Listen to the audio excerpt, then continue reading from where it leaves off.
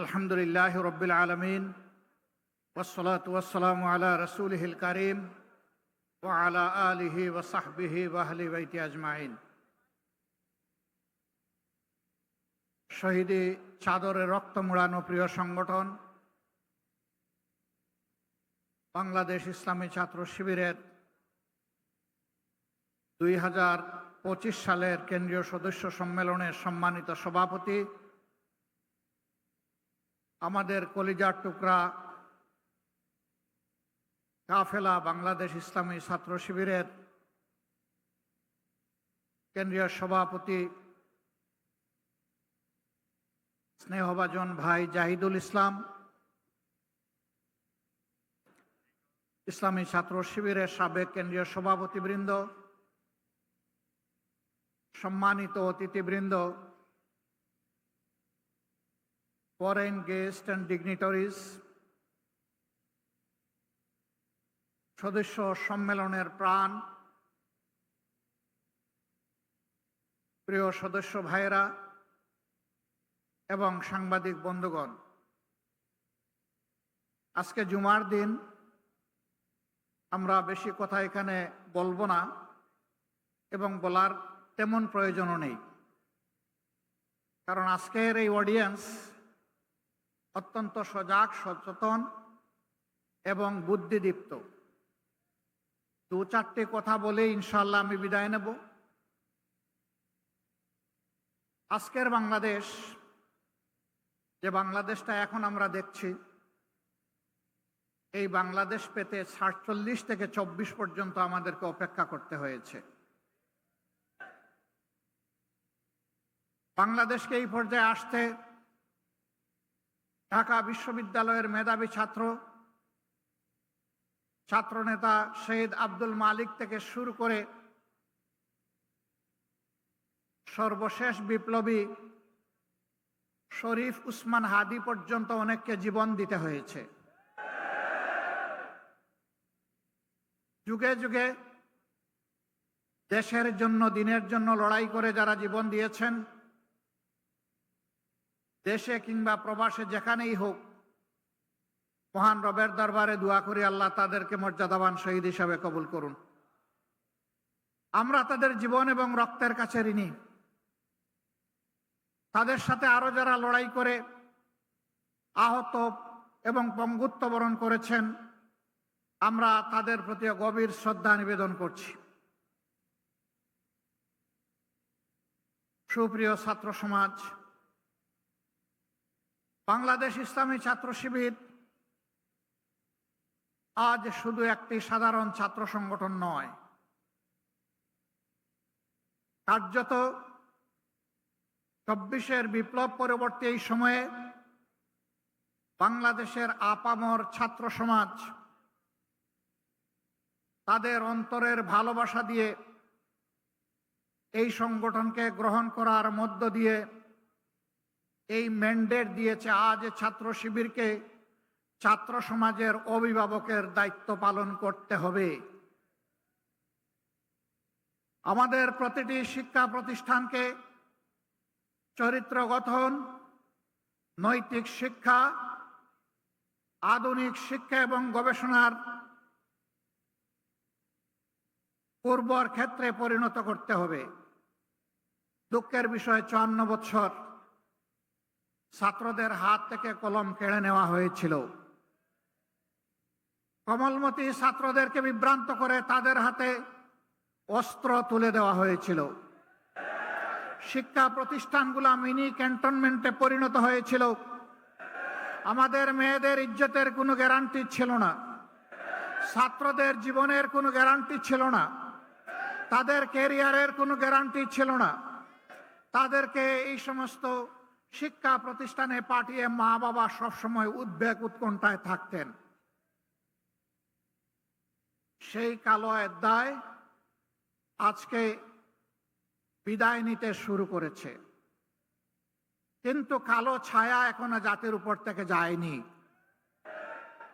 এই কালো ছায়াকে খতম করা পর্যন্ত আমাদের লড়াই, ছাত্র শিবিরের লড়াই অব্যাহত রাখতে হবে। আর যাতে শিক্ষা প্রতিষ্ঠানে কলমের বদলে অস্ত্র হাতে না উঠে, মাদকের বোতল হাতে না উঠে, মেয়েদের নিয়ে কোনো ধরনের বাড়াবাড়ি করা না হয়, আমাদের মায়েরা মেয়েরা শান্তি এবং নিরাপত্তার সাথে তারা যাতে লেখাপড়া করতে পারে, প্রতিটি ছাত্র যাতে তার মেধা বিকাশের জন্য উৎসাহ নিয়ে ঝাঁপিয়ে পড়তে পারে, সেই পরিবেশ সৃষ্টি করার প্রধান দায়িত্ব আজকে ইসলামী ছাত্র শিবিরের উপর অর্পিত হয়েছে। আর ছাত্র শিবিরের জন্ম হয়েছে এই জন্যে যে এরা জাতিকে চরিত্রবান, দেশপ্রেমিক, মেধাবী, আগামী দিনের নাগরিক এবং কারিগর তৈরি করে জাতিকে উপহার দেবে। আগামী দিনের দায়িত্ব নেওয়ার জন্য এই ছাত্র সমাজকে আজকে প্রস্তুতি নিতে হবে। আমরা জীবনের একটা পর্যায়ে চলে এসেছি, আমরা যা পেরেছি লড়াই করেছি, বাকি লড়াইয়ের এই রুমাল, এই রিলে রেসের শেষ ডেস্টিনেশন পর্যন্ত শক্ত করে হাতে ধরে সামনের দিকে তোমাকে দৌড়াতে হবে। তুমি সেই ছাত্র শিবির। আজ ছাত্র শিবিরের কাছ থেকে মানুষ যদি হতাশ হয়, যাওয়ার বিকল্প কোনো ঠিকানা এখনো তৈরি হয় নাই। এটি ছাত্রীদের আস্থার ঠিকানায় পরিণত হয়েছে আল্লাহর অশেষ মেহেরবানিতে। এই সম্মান, এই দায়িত্ব উপলব্ধি করে ছাত্র শিবিরের প্রতিটি কর্মী সমর্থককে নিজেদেরকে গড়তে হবে এবং তার সহপাঠীদেরকে গড়ার জন্য দায়িত্ব নিতে হবে। আমরা দেখতে চাই আর কোনো শিক্ষা প্রতিষ্ঠানকে, কোনো শিক্ষককে অপদস্থ করা হবে না, বরঞ্চ ছাত্র এবং শিক্ষকের সম্পর্ক হবে পিতা পুত্রের সম্পর্কের মতো। আমরা সেই পরিবেশটাই দেখতে চাই। অতীত দিনগুলোতে অনেক বেদনাদায়ক দৃশ্য আমরা দেখেছি। এ কাজ যারা করেছেন তারা নিন্দিত হয়েছেন। আবার এই কাজের পুনরুত্থান বাংলাদেশের ছাত্র সমাজ বরদাস্ত করবে না। প্রিয় শিবির, তোমাদের কাঁধে অসংখ্য শহীদের লাশ, আর তোমাদের কাঁধে 18 কোটি মানুষের প্রত্যাশার বোঝা। আল্লাহ তাআলা এই বোঝা তোমাদের জন্য হালকা করে দিন। এই বোঝা বহন করার শক্তি তোমাদেরকে দান করুন। তোমাদের এই বিজয় শিক্ষা প্রতিষ্ঠানগুলোতে ইঙ্গিত দিচ্ছে আগামী দিনে ইনসাফের বিজয় হবে বাংলাদেশে ইনশাআল্লাহ। ছাত্র সমাজ তোমাদেরকে ভোট দিয়েছে, তোমাদেরকে ইনসাফের প্রতীক হিসাবে তারা দেখতে চায়, অন্য কোনো কারণ নেই। আজ বাংলাদেশে ইনসাফের বড় অভাব, আর সেই ইনসাফের ভিত্তি হচ্ছে আল্লাহর কোরআন।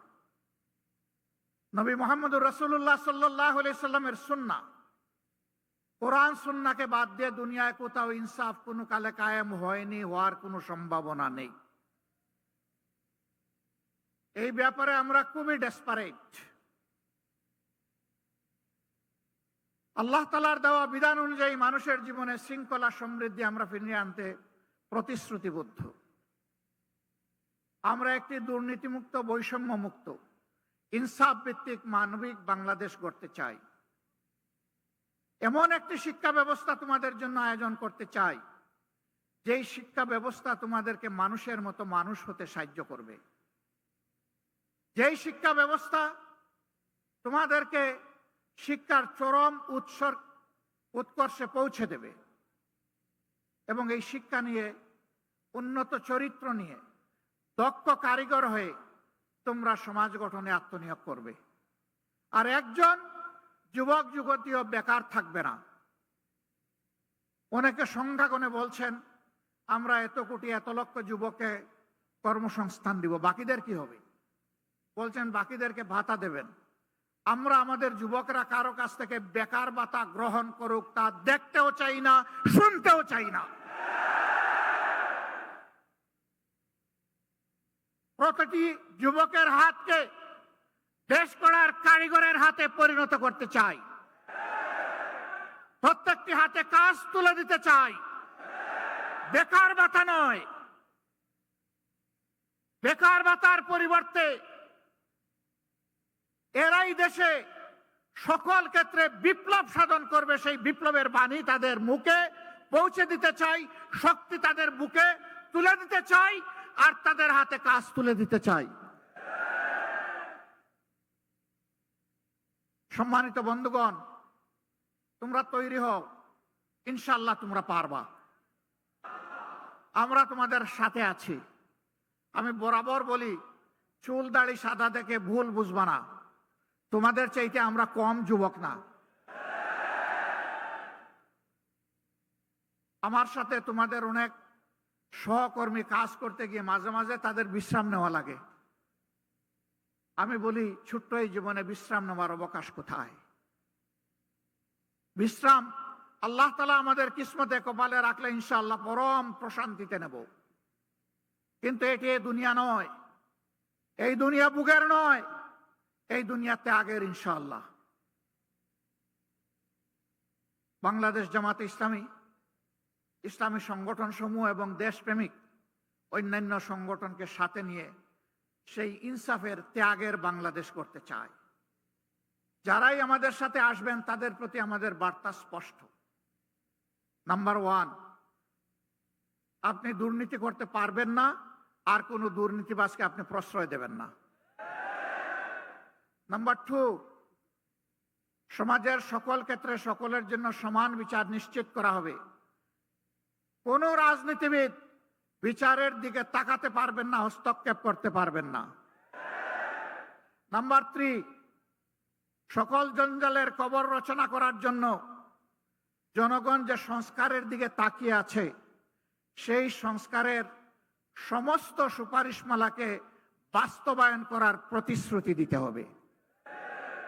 এই 3 প্রতিশ্রুতিতে যারা একমত হবেন, মোস্ট ওয়েলকাম, আসেন, আমরা সবাই মিলে দেশ গড়ব ইনশাআল্লাহ। সব ধর্ম, সব দল, সব জাতি মিলে ঐক্যবদ্ধ বাংলাদেশ নিয়ে আমরা সামনে এগিয়ে যাব। সেই ঐক্যবদ্ধ বাংলাদেশ ইনশাআল্লাহ শুধু বাংলাদেশকে রাস্তা দেখাবে না, ইনশাআল্লাহ সেই বাংলাদেশ দুনিয়ার বহু দেশকে রাস্তা দেখাবে ইনশাআল্লাহ। সেই দিনটির অপেক্ষায় আমরা লড়ে যাব। আমরা আমাদের জায়গা থেকে সর্বোচ্চটা দিয়ে যাব। আল্লাহ রাব্বুল আলামিন আমাদেরকে সাহায্য করুন, আল্লাহ রাব্বুল আলামিন আমাদেরকে রহম করুন, এবং আল্লাহ রাব্বুল আলামিন তার নিজের জন্য খালেসভাবে আমাদেরকে কবুল করুন।